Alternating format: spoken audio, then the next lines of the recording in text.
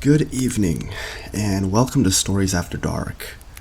Tonight, we're going to be looking at a few really creepy stories I found on the Creepy Ask Reddit subreddit. And these are just some really unnerving, creepy stories that I found going through. So I'm going to be going through and reading these stories to you guys.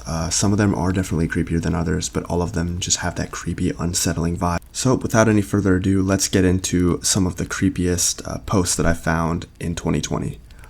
The OP on this first post is Stop the Big Fish Man, and here's the post. Not something I saw, but something I slept over at a friend's house whose grandma lived with the family because she was so old and losing her marbles. While getting ready for bed, my friend told me, "Don't worry. If you wake up and see my grandma standing over you while you sleep, sometimes she forgets who my friends are. Just tell her, Grandma, it's okay. Go back to bed, and it'll be fine." It was in that moment that I realized I had made a terrible mistake deciding to sleep over. I thank my deep sleeping every day that I did not wake up in the middle of the night because an old woman was standing over me, watching. I did end up with bed bugs though, which is why I never went over again after that. Honestly, this story's really creepy. Just thinking of someone's grandma just watching you in your sleep because she doesn't know who you are and you're a potential threat to her. It's just so creepy to think about. And to make things even worse, this kid got bed bugs out of the experience, which bed bugs really disgust me. So yeah, that story creeped the bejeebies out of me. Okay, on to the next one. Okay, this next story was submitted by Trench Stripes. Okay, so this took place in like 2008 to 2009 when I was at this kid's house. We weren't really friends, I just felt bad for him. He was bullied and was the lonely kid. But anyway, one day, our parents arranged for us to have a sleepover at his house. And oh boy, was I nervous. Especially because all I knew was his dad was a drunk. But nonetheless, I came that night. Now, the night went normal, and I saw a side of the kid I hadn't seen at school. We play on his PSP-like system. I think it was a knockoff. But after that, things went downhill.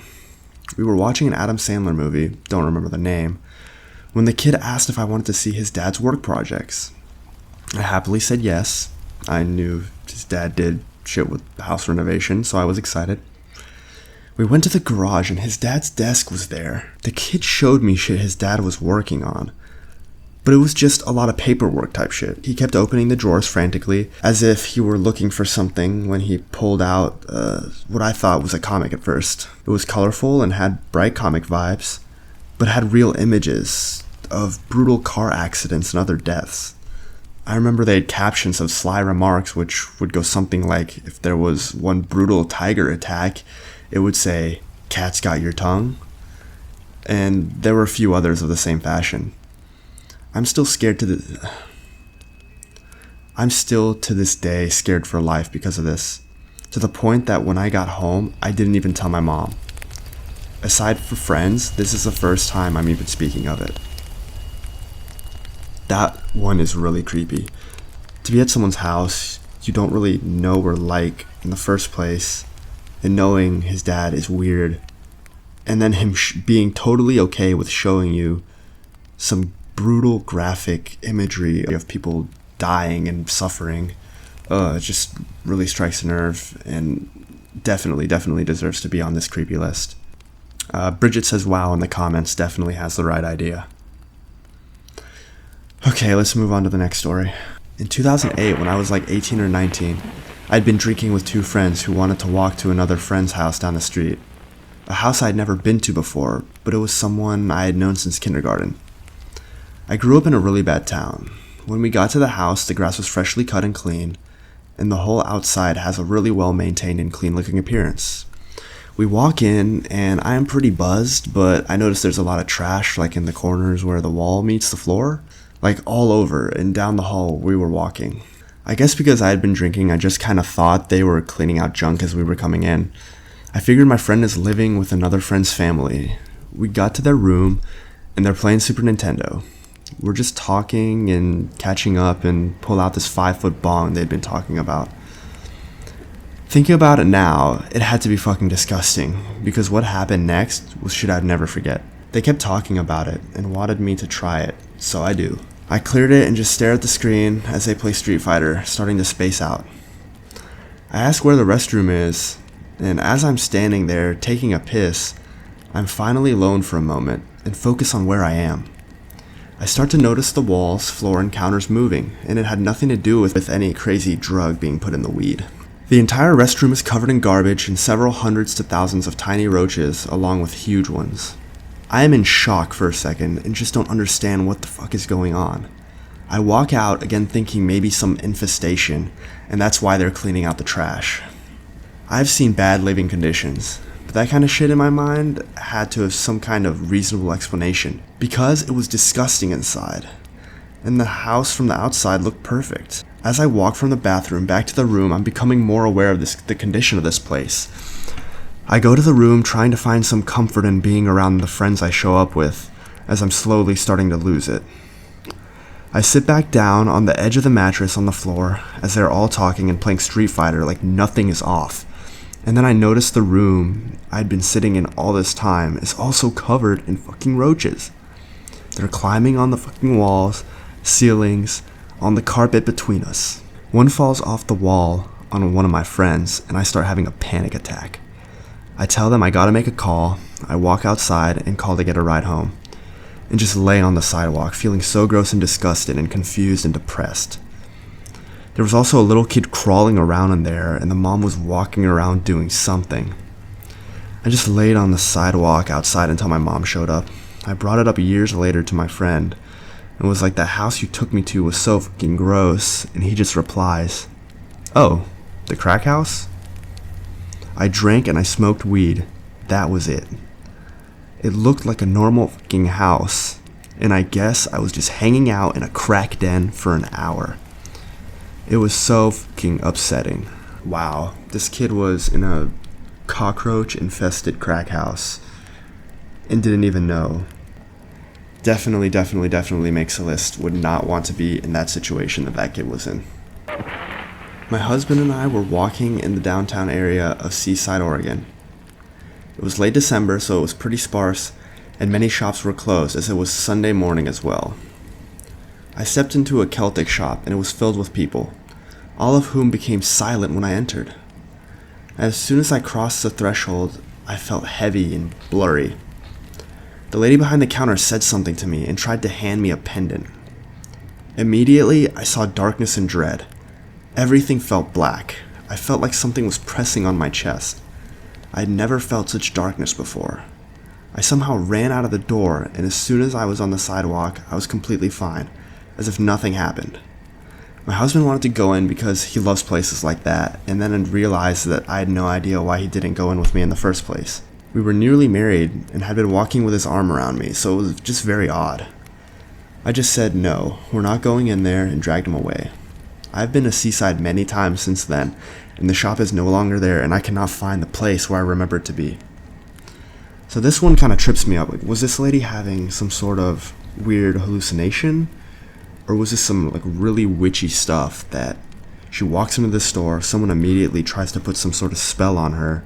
I don't know. Either way, that scenario is really creepy, and just walking in and having a bunch of people stare at you and then feeling this uneasy feeling like that, it's just terrifying. Would not want to experience anything like that.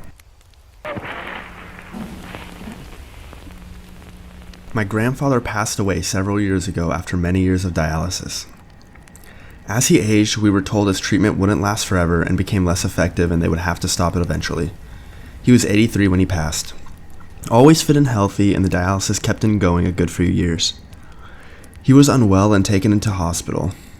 His dialysis was stopped, and we were told it would probably be around 48 to 72 hours till he passed. So all the family made our way to the hospital and stayed in the room with him as much as we can. They made him comfortable and was plying him with drugs to make sure he wasn't in pain. As he nears the end, he was in and out of lucid state, most of the time in a slumber, almost living memories, mumbling and muttering. If he woke up, he would stare transfixed at a point on the ceiling, talking to God, which he only knew clear as day, and would begin to drift off again. This happened all night. Moments before he passed, He sat up, staring at this point on the ceiling, talking clearer than he had for the time we were there.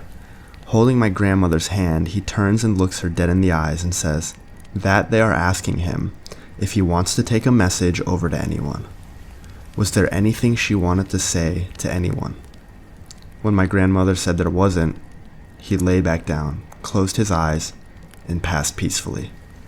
The whole room was silent, every single hair on my body on end. I'm not religious, but felt I should go straight to church and start praying or something. My mother, who has been a nurse all her life, many years caring for elderly, told me that when a lot of people die, they focus on a point on the ceiling and talk to whatever is there. Her telling me that didn't help at all. Bizarre. So this story really